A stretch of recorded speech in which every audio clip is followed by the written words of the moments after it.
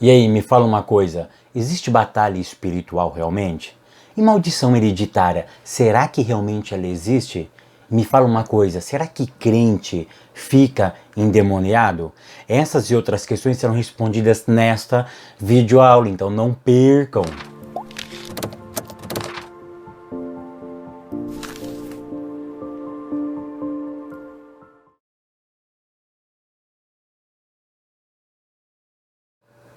A paz, queridos, que bom estarmos aqui novamente no nosso programa semanal da Escola Bíblica Dominical e hoje para darmos início a mais um novo trimestre, o primeiro trimestre de 2019, é isso mesmo. Nós vamos nesse longo trimestre, tá? Nós vamos analisar o tema batalha espiritual. E se você é novo por aqui, eu sou o pastor Fábio Segantin, aqui do lado tem um botãozinho vermelho, se você ainda não é inscrito, vá se inscrevendo e não deixe também de fazer o seu comentário e de curtir a nossa aula. Se você gostou, curta aí, porque isso é muito importante. E me siga também nas redes sociais, tanto no Instagram quanto no Facebook. Nos acompanhe, porque eu sempre posto alguma coisa diferente nessas redes sociais, tá?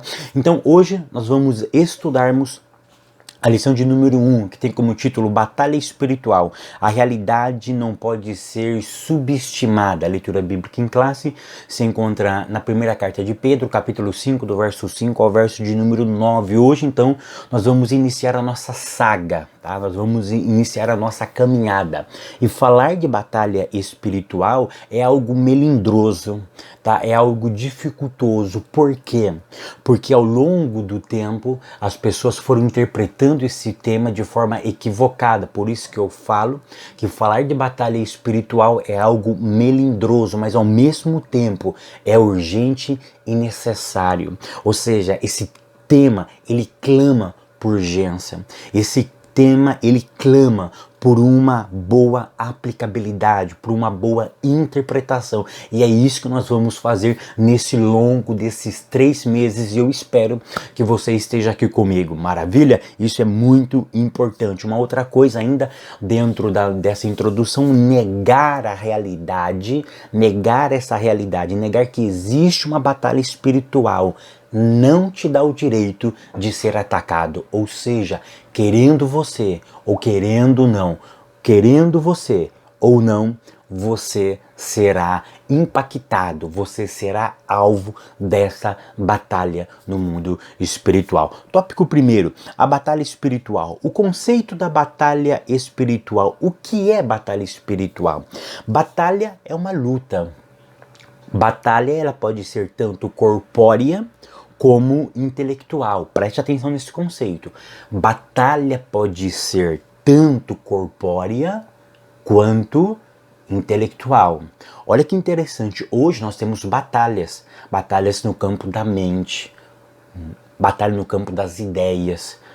Ao longo do tempo eu venho dizendo que a maior batalha de Satanás não está no mundo das espadas, mas está no mundo das ideias. Então hoje nós temos batalhas ideológicas e o diabo ele não batalha simplesmente de forma corpórea.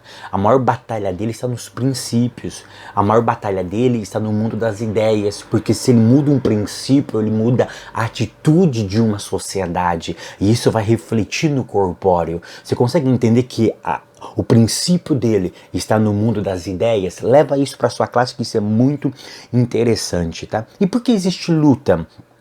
Porque Deus tem opositor, tá? O opositor dele chama Satanás, tá? Então existe, porque qual é o conceito de batalha? O conceito de batalha é luta. Essa luta pode ser corpórea no mundo das ideias. O diabo trabalha no mundo das ideias, afetando, claro, no mundo físico, porque aí entra a luta corpórea. Por que existe batalha? Porque Deus tem opositores, tá? Esse opositor de Deus, ele age contra princípios e contra pessoas, tá? E essa oposição, essa batalha, então ela se dá em que esfera? Qual é o instrumento que se usa nessa batalha? A oposição, quando existe a batalha, ela é feita no mínimo em 3 esferas. A esfera da pregação, da oração e do jejum. Toda vez, leva isso para a classe, que existe o anúncio da palavra, o mundo espiritual entra em batalha. Toda vez que alguém ora, existe uma luta espiritual. O autor não colocou, mas o jejum é uma forma de lutarmos essa batalha espiritual. Ponto 2. Uma realidade bíblica. Negar essa realidade não lhe ausentará de nada. Ah, não acredito. Bela coisa. Eu sempre costumo dizer, azar seu. Tá? Azar seu. Tá? Azar seu. Então isso que vocês têm que mostrar para os seus alunos, que existe essa batalha espiritual. Negar essa realidade não ausentará você de nada. É inegável. Nesse ponto é interessante que o autor vai falar sobre o rugido do leão. Pedro vai dizer, melhor dizendo, Pedro, ele vai dizer que o leão está ao nosso derredor, rugindo, bramando, buscando a quem possa tragar. Olha que interessante, é inegável o seu rugido. Eu não posso negar que o leão está rugindo. Mas você sabe qual é a grande diferença? Aqui é a posição do leão. É a posição desse personagem que está rugindo. Ou seja, a Bíblia coloca ele na posição dele correta. E qual é a posição dele correta? Ao nosso derredor. Ou seja, ele não está próximo de nós, ele está longe de nós. Então o que vai fazer a diferença aqui é a posição deste animal, deste personagem que ruge contra a minha vida. O problema é que conforme a minha obediência à palavra, se eu obedeço ou desobedeço, ele está ao meu redor ou ao meu derredor. É isso que nós precisamos entender, porque Pedro está num contexto de obediência. Pedro está num contexto de submissão. Pedro está num contexto de que os humildes Deus dá graça, mas aquele soberbo, Deus vai para a briga. Então o texto está querendo dizer isso, a posição vai determinar a minha vitória no mundo espiritual. Ponto 3. O que não é batalha espiritual? Queridos, presta atenção, existem algumas doutrinas que sendo mal interpretada, entra no campo da batalha espiritual. Quais são elas? Primeiro, maldição hereditária, espíritos territoriais. Aqui um pouco nós vamos ver isso, tá bom? O que é maldição hereditária e o que são espíritos territoriais. Tópico segundo, principais crenças da pseudo-batalha espiritual. Agora nós vamos falar, então, o que não é batalha espiritual de forma minuciosa. Ponto 1. Mapeamento espiritual. Essa crença acredita, por exemplo, por que a África não prospera? Porque lá existe um demônio. Porque o Vale do Jequitinhonha, por exemplo, é um lugar muito, muito caótico. Muitos vão dizer porque existem demônios que cuidam só daquela região. Então está à espera de homens e mulheres cheios do Espírito Santo que chegue naquele lugar e manda aquele demônio embora, aquele demônio que toma conta daquela região, e aí sim a glória de Deus vai chegar naquele lugar, a prosperidade, a paz, a harmonia, o desenvolvimento econômico vai chegar naquela localidade. Ou seja, essa doutrina prega para cada lugar existe um demônio territorial, um demônio que cuida daquele local. Ou seja, enquanto não chega alguém cheio do Espírito para expulsar, aquele lugar não prospera. Queridos, isso é uma afronta a todos os grandes homens que passaram aqui. Quantos homens, por exemplo, antigamente, você leu o livro Heróis da Fé, foram para a Índia, impactaram a Índia. O que a Índia é hoje? Um país não cristão. Nós temos relatos de homens que foram para a China. Nós temos relatos de homens que foram para a África. Será que eles fracassaram na sua missão? Será que eles não deram certo? E hoje, será que não existe nenhum crente cheio do Espírito Santo para mandar o demônio embora daquela localidade? Essa teologia, ela é pobre e ela é antibíblica. A teologia do mapeamento espiritual, ela não existe. Ponto 2. A maldição hereditária. Por exemplo, o que é maldição hereditária? Pessoas que têm problema com adultério, com pornografia, com alcoolismo, com crimes, ou seja, pessoas que têm essas deficiências, É, essa teologia ou essa crença acredita que isso foi produzido pelos seus ancestrais.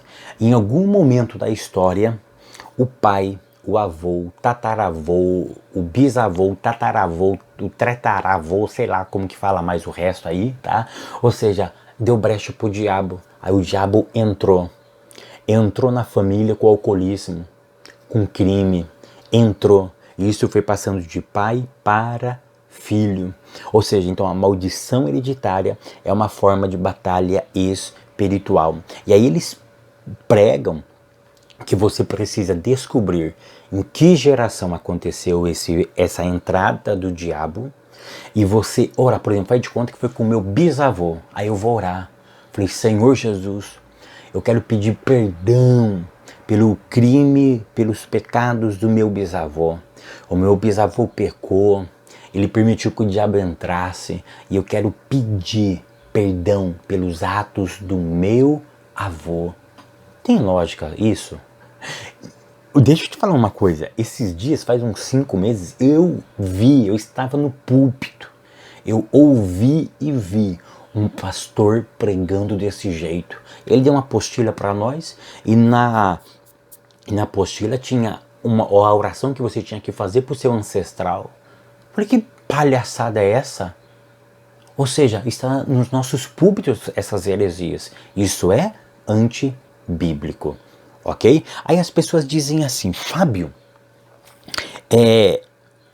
depois eu vou falar sobre isso, tá? O combate a essas heresias. Na verdade eu estou combatendo, mas depois eu vou dar mais uma explicação no tópico terceiro. Crentes endemoniados. Crentes ficam realmente endemoniados? Aqui existe muita controvérsia. Eu aprendi na Assembleia de Deus do Campo de Americana, desde quando eu me converti aos 14 anos de idade, que crente fica endemoniado. Inclusive, na minha igreja, eu conheci pessoas que supostamente falaram pra mim, falaram, tá vendo aquela pessoa ali, não vou falar se é homem ou se é mulher, aquela pessoa ali, ela sempre fica endemoniada na igreja. E eu cresci crendo desse jeito, né? Mas hoje, graças à maturidade bíblica, isso já não faz parte da minha ideologia nem da minha crença, né? Mas eu cresci ouvindo isso. Eu ia em algumas vigílias e tinha algumas pessoas que se manifestavam. E aí falava, você viu o crente ali? O poder foi tão grande que o diabo pegou ele. Nossa, eu ficava morrendo de medo dessas coisas, né? E hoje nós vemos que isso é um grande erro teológico. Tópico terceiro, vamos à Bíblia? Sobre o mapeamento espiritual. Eu já dei um pouquinho da minha visão, porque eu não acredito nisso, tá? O autor vai citar o livro de Daniel, capítulo 10, onde tem aquela briga no mundo espiritual ou numa região atmosférica ou numa região celestial, e usa a expressão príncipe da Pérsia e príncipe da Pérsia e príncipe da Grécia. Alguns vão interpretar que esse príncipe da Grécia, o príncipe da Pérsia, eram demônios que estavam tomando conta daquela localidade, tá? É isso que muitas pessoas vão dizer, mas somente isso é muito pobre para nós acreditarmos que existe um mapeamento espiritual. Tá? O que eu não posso acreditar é que nós já estamos no século 21 e tem lugares ainda que sofrem de tanta mazela, porque ainda não apareceu um homem, uma mulher capaz de ir lá e expulsar aquele demônio. É nesse ponto que eu não consigo entender, é nesse ponto que eu não consigo admitir essa doutrina, tá? Ponto 2, maldição hereditária, Êxodo 20, verso 5. É um texto muito conhecido que diz, não te encurvarás a elas, nem a servirá, porque eu, o Senhor, teu Deus, sou zeloso, que visita a maldade dos pais nos filhos, até a 3ª e 4ª geração. Aí aqui eles dizem que existe justamente a maldição hereditária, justamente por causa disso, porque Deus vai visitando a maldade dos filhos dos pais nos filhos até a terceira e quarta geração. Preste atenção. Aqui não está falando de maldição hereditária. Aqui não está falando que o pecado do meu pai, tá? O pecado dele, eu vou pagar pelo pecado dele. Não, o texto está querendo... Olha o final do texto. Até a terceira e quarta geração daqueles que me odeiam. A ideia aqui não é eu estou sofrendo por um pecado do meu pai, aí eu devo orar por ele. Não. O texto está querendo dizer aqui, o que o texto está querendo dizer aqui? Aqui é um processo educativo. Ou seja, o processo educativo, ele está em evolução. Mas ele está em evolução para uma geração que foi criada odiando o Senhor. Os teólogos vão bater nessa palavra. É a quarta geração daqueles que me odeiam. Ou seja, precisa ter o ódio contra Deus. Se não tiver o ódio contra Deus, a maldição hereditária, ela não funciona. Olha que interessante. A palavra-chave aqui é aqueles que me odeiam. A palavra-chave aqui é aqueles que me odeiam. Ou seja, eu sou um cristão autêntico. Eu não posso estar sofrendo por uma atitude do meu bisavô. Por quê? Porque eu não odeio a ele. Eu amo ao Senhor. E se eu amo a ele, a bênção dele está comigo. Tá? Ponto de número 3. Sobre a possibilidade de o cristão ser possesso. O salvo, eu já quero matar isso aqui. O salvo não fica possesso. Aí vamos lá, Saul. Por que Saul ficou? Porque Saul já estava fora da presença de Deus. Saul já estava para lá de Bagdá. Saul não era mais um autêntico servo de Deus, então ele deu margem para a entrada do inimigo Judas. Judas simbolicamente era o próprio diabo. Olha só, Judas simbolicamente era o próprio diabo. E Ananias e Safira? Ananias e Safira não ficaram possuídos, eles pecaram. Qual foi o pecado dele? Mentira. Consequência, a morte. Então, olha que interessante, Ananias e Safira não ficaram possessos. Eles pecaram. Qual foi o pecado? A mentira. Consequência, a morte. Como educação. E eu concluo, ponto 4, o homem segundo a Bíblia. Ele colocou esse ponto aqui porque ele está combatendo uma teologia do Kenneth, né, do Haggai. E ele vai dizer o seguinte, e essa explicação ela é maravilhosa. O homem é uma combinação de pó e hálito de Deus. Ou seja, o homem não é um espírito que contém uma alma que está dentro de um corpo. É um absurdo o que Haggai vai dizer aí. O homem, na verdade, ele não é um espírito que contém uma alma que está dentro de um corpo. Não. O ser humano ele é uma dicotomia, vamos dizer assim. Ele é terra e é espírito.